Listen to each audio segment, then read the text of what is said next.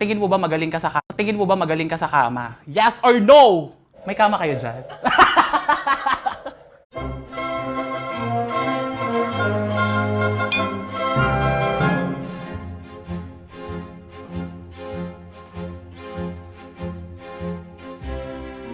Hi guys, I'm Kendra, but my friends call me Ken. Hi, I'm Art. How I met Kendra? Through Instagram. That's when we first had an interaction and siya na magkukwento.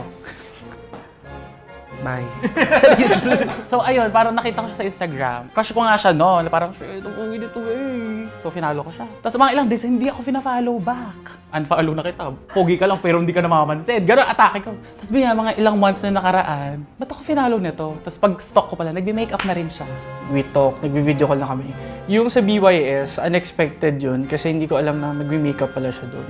Yun yung first interaction namin. Alright, so test natin yung relationship niyo today and ito rin yung opportunity natin to learn more about him. So, most of the questions will be for Art and sa dulo ng game, may isang tanong lang pwedeng tanongin si Art and kay Kendra. Okay. Ogo, ano? Pre-game na. Happy birthday. For us. For the gayness. Ano una mong pinapansin, looks or personality? I'll be honest. Shit. Parang una napapansin sa ng tao is physical appearance, so looks. Ako ang una kong pinapansin ay money. Charing! Kabisado ko na, sorry kabisado ko na kasi siya. Ang daya nyo! Pwede ba samahan ko siya mag-shot? Sure! Okay. That's Para. what friends are for. Wala, friend rin. Joke lang. Lahat naman tayo looks talaga. So like, sa wag na kayong plastic ba? Hindi, totoo. What will make you stay is the personality. And right now, I'm looking more on the personality. Parang bonus na lang yung looks. So personality yung parang... Personality, yes. Ang ganda ng eyelashes mo. Personality. Charing, kahit look. Sa tingin mo ba magaling ka sa kama? Yes or no? Charing. Yes. May kama kayo dyan? Shot na naman ako. Ay, ang nag-iinit na ako. May kama doon, nakita ko. Paano mo nasabing magaling ka sa kama? Nasisira ba yung kama? Hindi naman nagigiba. Marunong ako sumimot. Ay! Hindi, ano lang. I'll make sure na... Sasatisfy mo yung yes, partner mo. Oo. Parang may happy ending. Were you attracted to me when we first met? Hindi ako magagalit. Okay, no. I don't care. Medyo closed door pa ako on dating. Pero that doesn't mean hindi ko nagustuhan si Kendra. On a level of gusto ko in a relationship, nagustuhan ko siya kasi we share the same interest on makeup. Go And on. yung personality niya gusto ko. Meron siya specific na tone na sinasabi, "Be, kumusta ka na?" Doon ako natatawa. Like parang kapag nag-uusap kami, sabi niya, "Okay lang ako." Branding yun, be. Oh. Kahit baliktad siya. Do you think you're a green flag? Yes. Hala! That's a big claim, mama. Ay, puso. Red flag siya talaga. Dahil ba din ka, ikaw ay rainbow flag? Actually, yeah, I'm a rainbow flag. Ano ba combination ng red and green? Beige. Beige. Ayun, beige flag. I'm not perfect. I'm still learning. Pero one thing for sure, marunong ako magmahal. Ito na nga. Tara na, tapos na to. Let's go. Would you ever date your friend's ex? No. No. Respect no. Respect. Ano? No or Sobrang, yes? no.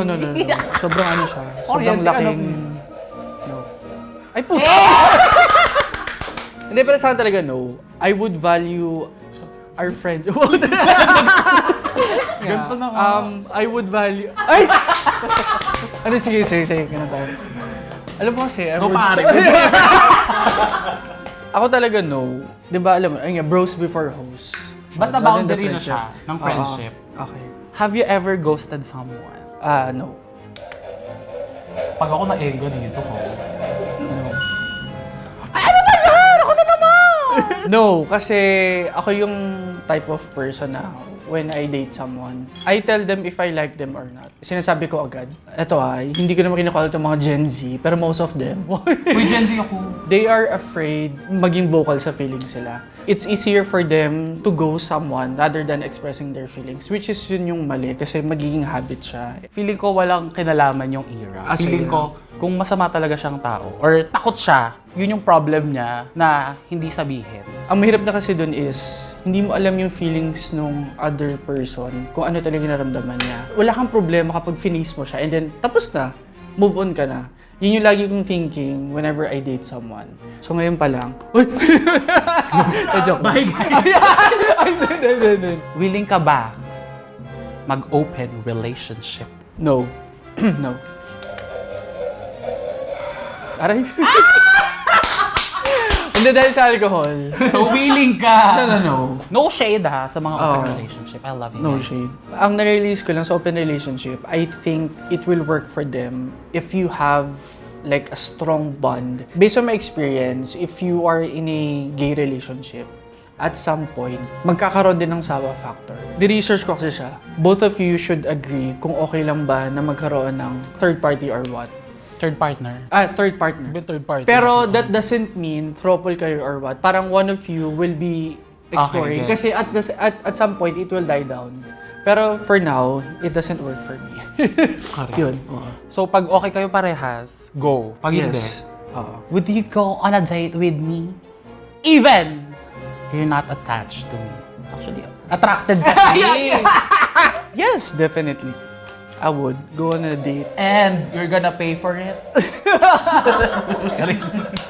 Ay, sabi ko sa inyo, kinakabahan ako. Yes, I would go out on a date. Basta siya magbabayad. Nag-no talaga kaya? Hindi, pero Sulat ka yes, muna. I would date you. Yes, I would date myself. Hindi, pero ako, when it comes to dating, ang perception ko dun is equal dapat on the first date. Totoo, ako din. Di ba? Kasi kayo mga nasa Facebook. Pero kasi, if you're both able, and kaya nyo naman magbayad kayo. Di ba? Kung meron kang human decency, bakit mo i-expect yung tao na like siya lang yung nag-aya? Dapat like, quits kayo muna. Hindi yung parang dahil babae ka, dahil lalaki ka. Na hindi naman dapat. O game, i-refill mo na to kasi I will have the final question. Okay. Freestyle. Ask them anything that can be answered with yes or a no. Can you still continue with your relationship even wala nang trust pero meron pa rin love? Hindi. Kasi parang yun yung foundation ng relationship. Actually ako din sabihin ko sa No. Shh, tama na. No. Ayun nga. Why? Gusto ko kuryente sa Why? mga- kasi parang yun nga yung foundation ng relationship at trust. For me, love tapos trust. So hindi siya foundation. Pangalawa lang.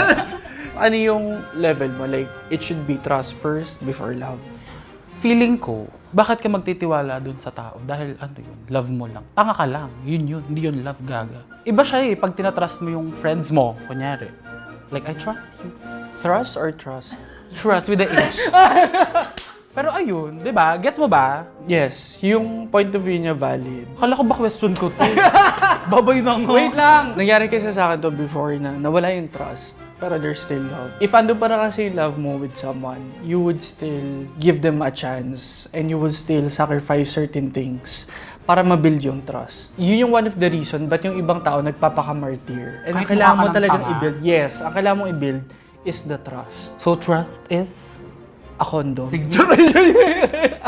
Ano lang, ang final words ko lang kay Kendra is, thank you for being there. I consider Kendra as one of my closest friends. Whatever path you have right now, you'll be successful. By the way, magaling siya mag-makeup. Yes. Sabihin mo na sa akin.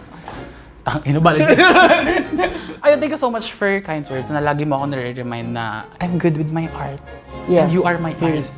It It ayun, is. thank you so much for this friendship. Finalo mo ako nung in-unfollow. Smile mo na. Smile mo na.